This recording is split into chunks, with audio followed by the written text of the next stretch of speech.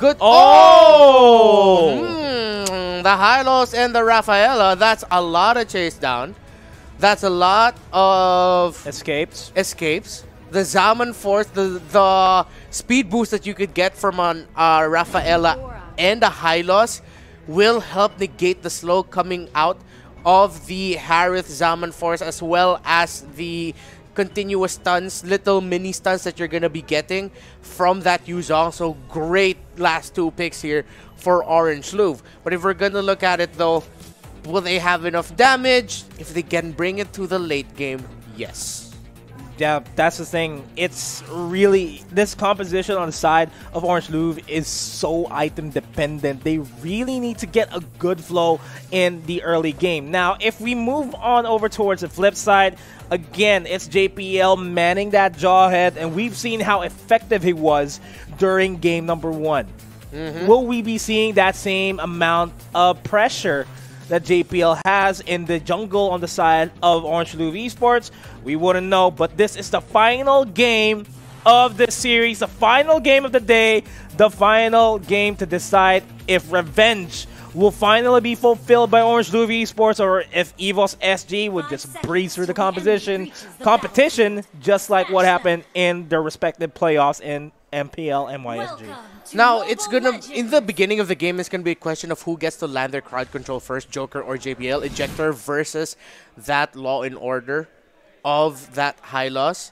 Because if he gets that stun before he can get thrown out, Orange Louvre will be able to deal some damage to JPL, so that it could potentially become a 1-for-1, the Jawhead for the Hylos, seeing as how JPL might want to look for... the flicker in with the ejection almost takes down aim.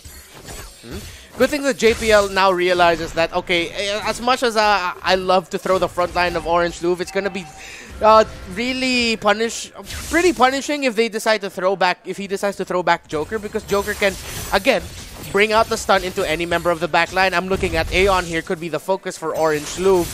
If if Joker can land that Law and Order, Orange Louvre might just be able to follow it up. Following it up is a little bit of a tall task here, but with the way that Orange Louvre has been playing the game, has played game number 1, it seems as though as they can really follow up a lot of the team fights here with Rafaela and Hylos. But the thing here is that we've been discussing this earlier on in the draft. So item reliant here, the side of Orange Louvre Esports, EVOS SG. Early game to mid to late game, they have everything covered. And Neo is... Oh, wait, hold that thought though. JPL uses the ejector to reset the orange buff. That's going to slow down the farm of Chibi just a bit, but here comes Joker. Aim, Chibi looking to punish as well. JPL taking a lot of damage. Looks like JPL might be up next. Pokemon with the knockup. JPL with a toss back using the ejector, but Neo's going to be nearby. That heal, it could be big for EVOS as you to save Pokemon, but that's going to be first blood for Ole, taking away that Pokemon Yuzong double kill for Potato, opening it hot for EVOS SG. That's a 1-for-2 trade though. Orange Louvre Esports overstayed their welcome in that bottom lane. They committed a lot of resources to just take down JPL, and that gave Potato two straight kills. You don't want to give that to a Harris too.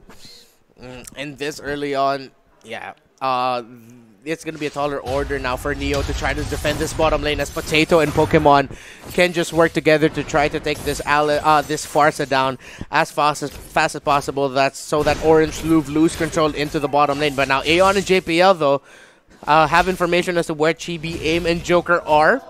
So we might not see another big fight up until the turtle spawns in 5 seconds. And that is going to be a crucial fight here for EVOS SG. If they take that away, Joker will not get the last lap. He's going to get bursted out again and again, and it's going to be going to JPL for that kill. Again, JPL really masterful on his rotations on that Jawhead. Always managing to get Joker more often than not. Off-cam kill, though. They take down Pokemon in the bottom lane. Yeah, now that's going to be secured. Yeah, that's a trade for a turtle, potentially a trade for the turret as well. Yeah, but that turret has barely taken any damage. I think JPL will be able to get there in time just to disrupt the push. Even the minion waves are taking way too long here for Orange Louvre here. JPL gonna look to defend this already. Committed defender there. Like JPL uses the ejector, bring it in. Unstoppable force. Sacrifice a buff if they can secure it to get for a turret. Sacrifice a turtle to go for a turret or vice versa. Yeah, just try to deprive Potato of any economy. That's the game plan here for Orange Louvre Esports. Now, let's also take into consideration that there is a significant lack of physical damage here on EVOS SG. They are going for magic damage here. Yeah. So Kuja and Joker might have a good time. Beautiful. Beautiful ejection off the Joker. Forced to use the glorious pathway. JPL, low on HP, gets traded out himself. 1-for-1. And Kuja, Chibi, Joker gets a pull on the Potato. Potato's gonna not go down. There goes the Raging Sandstorm. In the back number, here comes a black dragon that's flying in the form that will take down Kuja in the back lines. This is going to be absolutely big. The timing of the response of Soul and Pokemon as this fight looks like it's going to be going for a reset here. Good response from the side laners of EVOS SG. Khalid and the Yuzhong coming in big for EVOS, saving it for them. And now Ole has to watch out for this. Yes, you're going to have to... You have a lot of firepower. That E-Sunshin really hurts. You can keep that E-Sunshin alive. You can even possibly take out Potato and the gang, but then you're going to have to save some skills and abilities for the entry, for the eventual entry of Pokemon and Khalid. Yeah, you don't want to give away that kill, especially as this top lane turret just fell down. It's a turtle open for the taking. Farsa might eventually secure the bottom lane turret for that. I don't see it happening. It's gonna be tough. Or actually, yeah, if they decide to sacrifice it. So yeah, look at that. Yeah, they're rotating. They're gonna go for trades. Yeah, Potato will be able to solo this, and EVOS SG would just try to stop the push from happening. Good trade. Good positioning for themselves. Aim. Spots out JPL, gets the stun connection on JPL. JPL is erased from the map. Pokemon dives straight in towards the back lines. Will not last long though, because the glorious pathway by Joker just gave Orange Louvre Esports a way to escape. The Zaman Force by Potato secures the kill on to Aim. And now Chibi's next. Neo will be forced to flash out of there. Flicker out of there. That is 3 members of Ole down, but 2 turrets down on the side of EVOS SG. So Orange Louvre, they're willing to trade this out. They believe in their lineup, the burst of their lineup. They believe that they can buy enough time for split push in the side lanes, and that's what they did with that play. Pretty sure they didn't want to lose more than 1 or 2 members there, but it is what happened. But hell, in the end, it was a 3-for-2, 3 members for 2 turrets. So look at the burst damage coming from that Eudora, though.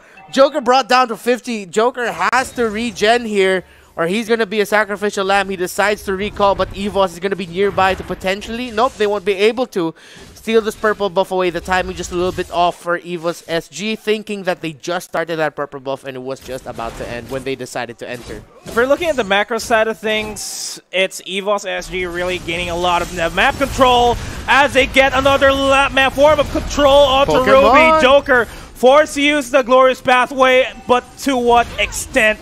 2 members down on the side of Orange Louvre Esports as the turtle responds. We saw a situation similar to this earlier with, I believe it was, what was that? Blacklist versus RSG. Now the lineups are a little bit different, but now, Shazam. Shazam. Now I just feel like I don't feel like doing analysis anymore after that. I feel really bad for Neo on that Farsa. But as I was saying, Ole just has to really bait out the skills of Pokemon and Soul here. They can't go into a team fight without knowing where the Yuzhong and the Khalid are, because the biggest problem here for Ole is that the backline of Orange Louvre keep getting separated from the rest of the action, where we see Chibi, sometimes Chibi, Neo, and Joker if Joker's nearby, or Chibi, Aim, and Neo not able to go through and follow through in a team fight where, let's say, Kuja's up front, because the Black Dragon form is just completely sending back the members of Orange Louvre. And now, they're opening up the top lane there, though. It's getting contested by Kuja. By Kuja, yeah. But this is EVOS SG looking to secure a kill. JPL hot on the tracks. Save the unstoppable force and the ejection for a later period as a mid lane turret goes down. Orange LOUVRE Esports defending this 8 minutes into the game. It's looking like a tough game for them to defend. But again, this was the same situation during game number 1, and we don't want to count Orange LOUVRE Esports out just yet.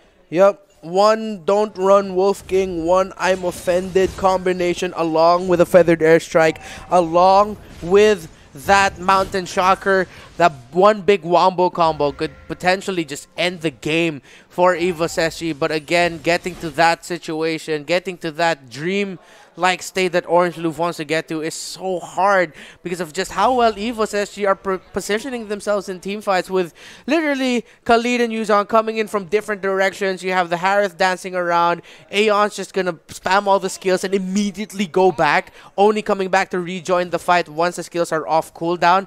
EVOS knows that they have to be careful with their positioning, and that's one of the main reasons why it's so hard for Orange LOUVRE to turn this game around. They can't seem to get a really good catch onto the key members of EVOS. And now it's a Lord spawning. Harith and Yuzong can pretty much take this for themselves, but EVOS SG just wants to play this as safe as possible, positioning themselves towards the jungle of Orange LOUVRE Esports. Does not want them to start pushing it towards that Lord because they know for a fact that it is a crucial objective for Orange LOUVRE Esports to secure. Aim, you better stop flashing that sticker. You're just painting a target on back right now. Oh, look at that. JPL Potato are nearby. Decide not to pull the trigger, only going for control. Orange LOUVRE had a pretty good idea, or a pretty good sense that EVOS SG might be there at the Lord Pit, and this could potentially be an invade or an attempt to steal, but it's going down way too fast. Orange LOUVRE won't be able to contest this. Yeah, and they're taking a lot of time to position themselves, and the decision has been made to just back off. There is no point in contesting that for the game. Yeah, good discipline there by Orange LOUVRE. A lot of people would usually call, hey, let's just try to get a steal, but then you're going to be committing so much and potentially ending the game for your team if you decide to cover that steal, because EVOS SG, if they wiped you out, it could have been game there. So good sense by Orange LOUVRE to just wait it out and decide to go for the defensive instead. But EVOS SG are not going to make it easy for LOUVRE. Look at them going for a 3-way split. But yeah, Orange LOUVRE Esports could potentially defend this for themselves because they have good wave care.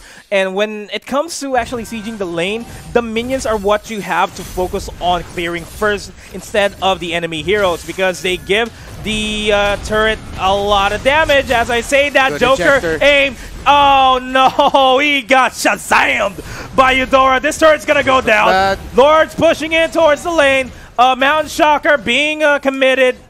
Not even dishing out a lot of damage. Mid lane turret is being eyed out next. Soul, low on HP, forced to regenerate himself. Kuja backing off. And now bottom lane turret is the next set of focus here. Potato, Overstayed is welcome, gets a shutdown. Chibi finally eliminates him. Soul gets taken out by Neo. It is a 1-for-2 trade plus a turret. I still can say that EVOS won that Shazam! Oh my goodness, where the hell did that come from? Neo Feather Airstrike with the answer. 3 members of EVOS SG are down, but now here comes Pokemon taking a lot of damage. Why would you go and double kill? 4 members of EVOS are going down. EVOS, what the heck just happened? The minion waves are still far, though. Orange LOUVRE won't be able to go for that deep a push. 30 seconds until Pokemon comes back. They might be able to just secure the second tier tower. A little bit too risky if they decide to go for the third. They still have waves to manage in the side lanes. And they're forcing the issue. Oh, the damage onto Potato Man. But they have to focus on the base. They do have Ruby to go and declare that as a beautiful stun comes in. No follow-throughs on the ejection. JPL waiting for the proper opportunity here. Soul and Potato, they want to kill them. And good sense for Orange LOUVRE to decide to go back the stun, and the feathered airstrike's gonna be there, but Orange LOUVRE almost getting the kill there to JPL, and good recognition by Orange LOUVRE to see that Aeon did respond. If they dragged out that fight any longer, it would have been really bad for them. Now EVOS SG, they still have control of the game. They have the tower push advantage, they have the gold advantage, but they have to respect the power spike of Orange LOUVRE that just happened, especially for this Forza and especially for Chibi. They cannot play and make any cheeky shaky calls right now, because if they do, this could be the end for them. Yeah, this could have been the end, but here comes the glorious pathway. The chase is not happening. Beautiful zoning by Pokemon. They're doing what they can to stop EVOS SC from doing this, but that was a good kill. Onto that Khalid. Slight opening here for Orange Louvre Esports, but they have to reset. The Demon Hunter Sword pickup for Chibi just 2 minutes ago, coming in big right now for EVOS SG, as well as Kuja deciding to play off a more defensive role. We probably don't notice it as much, but Kuja's positioning and his decision making in team fights right now are what's keeping EVOS SG alive. EVOS SG, you said it earlier, Pokemon Soul still playing it so wonderfully right now, but there's so much zoning being provided by that Ruby. Joker getting ejected into his death. Ouch. Now, that's not something you want to happen, but EVOS SG needs to watch out for Neo's Farsa. He has been dishing out a lot of damage with the Feather Air Strike and has more often than not connected with it perfectly, always catching at least 2 at the same time. Yeah, again, and that adds to my point that I was trying to make earlier, that Kuja just times the don't run, the I'm Offended and the don't run Wolf King so well that he just waits for Pokemon and Soul to come in. Again, they're doing their jobs right. There's nothing wrong with what they're doing, except that Kuja just decided to adjust his approach to team fights and skirmishes, thinking more defensively to set things up for the Farsa. And this has to be a Lord take that Orange Louvre Esports needs to get. But again, they are forced to go to the defensive route. What they could do here is start pushing him forward, try to stop the Lord midway through its tracks, because the closer and closer the Lord spawns, comes closer towards the base, the more and more likely EVOS SG would be able to close out the game. And we've already almost reached the point in the game where the items don't even matter. We're still seeing a couple of items yet to be completed here by both of these teams, but it's still a big factor, man. Yeah, the good news is that Isan Shin is so much so in a comfortable spot here that EVOS SG might be able to pull that. Orange Louvre might be able to pull off this defense. JPL, if they take them down, it might be an opening, and they do pop the Immortality. That's the silver lining in that fight, while Kuja focuses on the Lord. Oh, look at the poke HPS of Pokemon and Soul. It's low. They're forced back. This turret is going to go down. This is bad but for EVOS. Joker, Immortality, no available.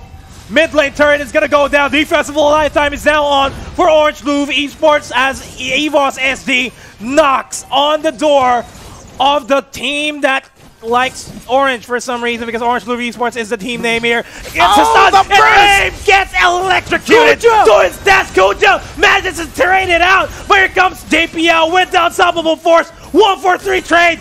EVOS SG waiting for the right opportunity. JPL moves out of it in time. Chibi Kuja, will they be able to defend this? We have no idea, but it's time. They're doing what they can to clear the minion waves. JPL rejoining the fight. One more minion wave, and EVOS SG will secure this game 2-1 after a close fight. Orange Louvre Esports almost made the revenge, but EVOS SG repeats history.